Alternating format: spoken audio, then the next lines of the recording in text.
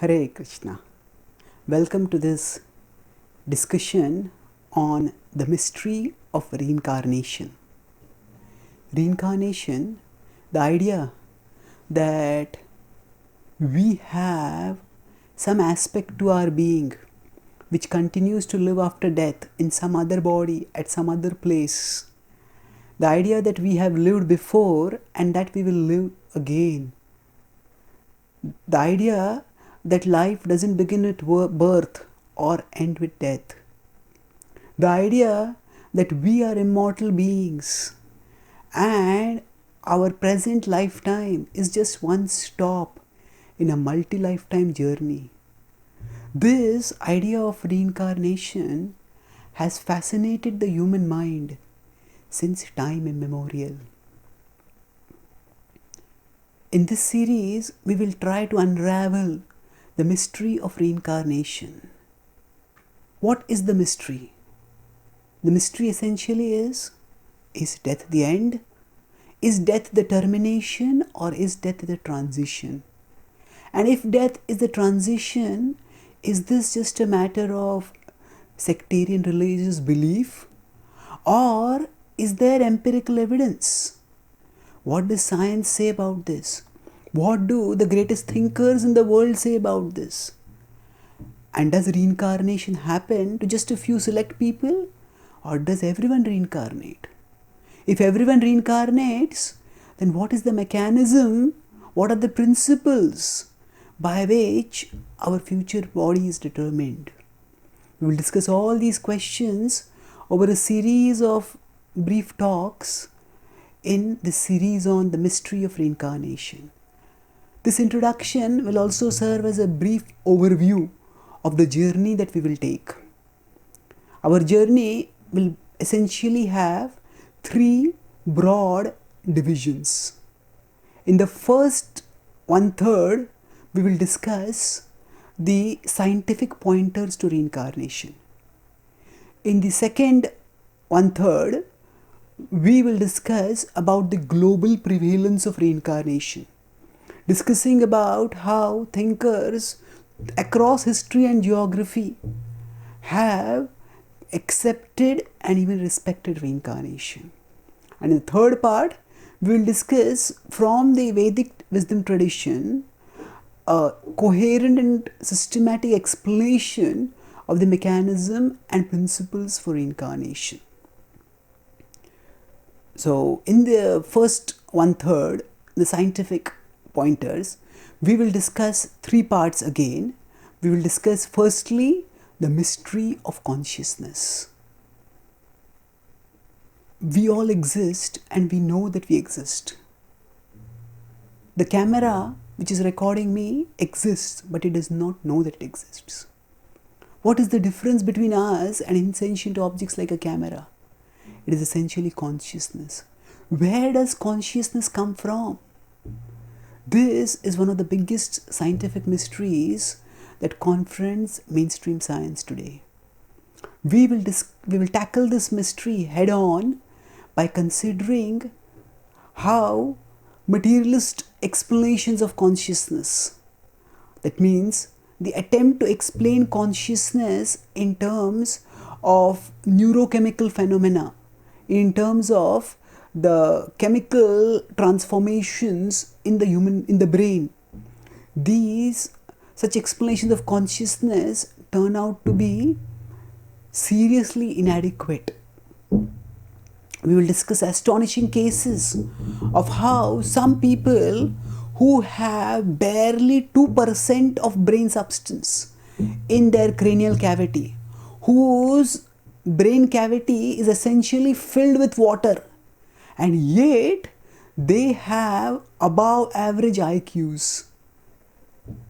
They have no brain and yet they have brain capacity better than what people with full brains have. Their living examples demonstrate that our intellectual capacity and our consciousness does not necessarily depend on the brain. The very presence of consciousness points to a non-material source of consciousness. After discussing the theoretical inadequacies of neurochemical explanations of consciousness and establishing the acceptability within the scientific mainstream of considering alternative explanations, we will then look at empirical pointers towards the existence of a non-material source of consciousness. The first pointer will be near-death experiences. When people come very close to death because of heart attack or because of accidents or trauma, some of them experience themselves rising out of their bodies and looking at their body from an out-of-body perspective. So, within near-death experiences, some subjects experience out-of-body experiences. And during some of these out-of-body experiences, the subjects give astonishingly precise reports of not just the surgical procedures, but also the discussions between the surgical staff. Details that they could not have known, even if they had been conscious. We'll discuss evidence of how some subjects reported events happening not just to them, but events happening several rooms away, events happening outside the hospital, which they would not have had any means to know even if they had been conscious. We will discuss near-death experiences among blind people who could not see before or after their near-death experience, but during the near-death experience they saw. And we will discuss about one case in which the person was brain dead, the brain was entirely inactive, and still the person was conscious. So near-death experiences provide strong evidence that the consciousness can exist independent of the brain. For reincarnation, the consciousness needs to not only exist independent of the brain, but consciousness needs to also transit from this body to another body. Is there any evidence for that? Yes, that is provided by past life memories. We will discuss cases of celebrities having past life memories and how credible they are. Then we will focus on scientifically documented cases of past life memories.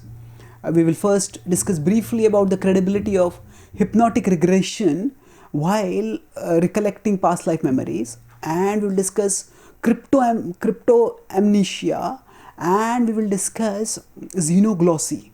Xenoglossy means the capacity of people to speak foreign languages and to write in foreign languages. And in one amazing case, a subject wrote in a language that has been extinct for 1900 years. That person had not even heard of that language before, and yet he wrote coherently in that language. How? The only reasonable explanation is that that person had lived in the 2nd, 3rd century, millennia ago, when that language was spoken. And during hypnotic regression, the memory that was there was activated. Then we will discuss about past life memories, and especially past life memories in children. And we will discuss various normal explanations. Could the children have just guessed it? Could the children have known? Children often tell astonishing details. They tell now 4 things. They tell that I was so and so, I was small, I was big then, but I am small now. They tell the name of who they were in a previous life. They tell the names of the relatives. Not only do they have memories, if they are taken over there, the second level of evidence is recognitions. They are able to recognize a young man who is just a young boy who is 5 years old, sees a 35-year-old woman and says to her, "You are my wife." And not only are there recognitions, there are also behaviors. A person who had been killed in his previous life by, say, drowning, now exhibits hydrophobia, great fear of water. A person who had a great taste for tea in a previous life, in this life is attracted to tea. And there are cases of Muslims being born as Hindus, of people who are born in non-believing cultures and still remembering previous lives. And most persuasive evidence is of birthmarks and birth defects. A person who was stabbed multiple times has in the next life wounds right from the birth at the very places where he had been stabbed in his previous life. So this, the mystery of consciousness, near-death experiences and past life memories comprise powerful scientific evidence for reincarnation. And we will discuss about the global prevalence of reincarnation, and then the systematic explanation of how reincarnation occurs. What is it that reincarnates? What are the characteristics of that non-material source of consciousness? And what are the principles by which a future body is determined? If we don't end at the time of death, then is there a deathless realm to which we belong? How does the Vedic model explain past life memories and reincarnation and near-death experiences? How does the knowledge of reincarnation affect our day-to-day living? If a reincarnation-centered worldview became mainstream, what benefits would it have? Individually, socially, ecologically. And ultimately, how would our answers about who we are and what is the purpose of our life, how would those answers change if we were understood to be non-material beings? All these questions we will discuss in our future sessions. Do join us. Thank you.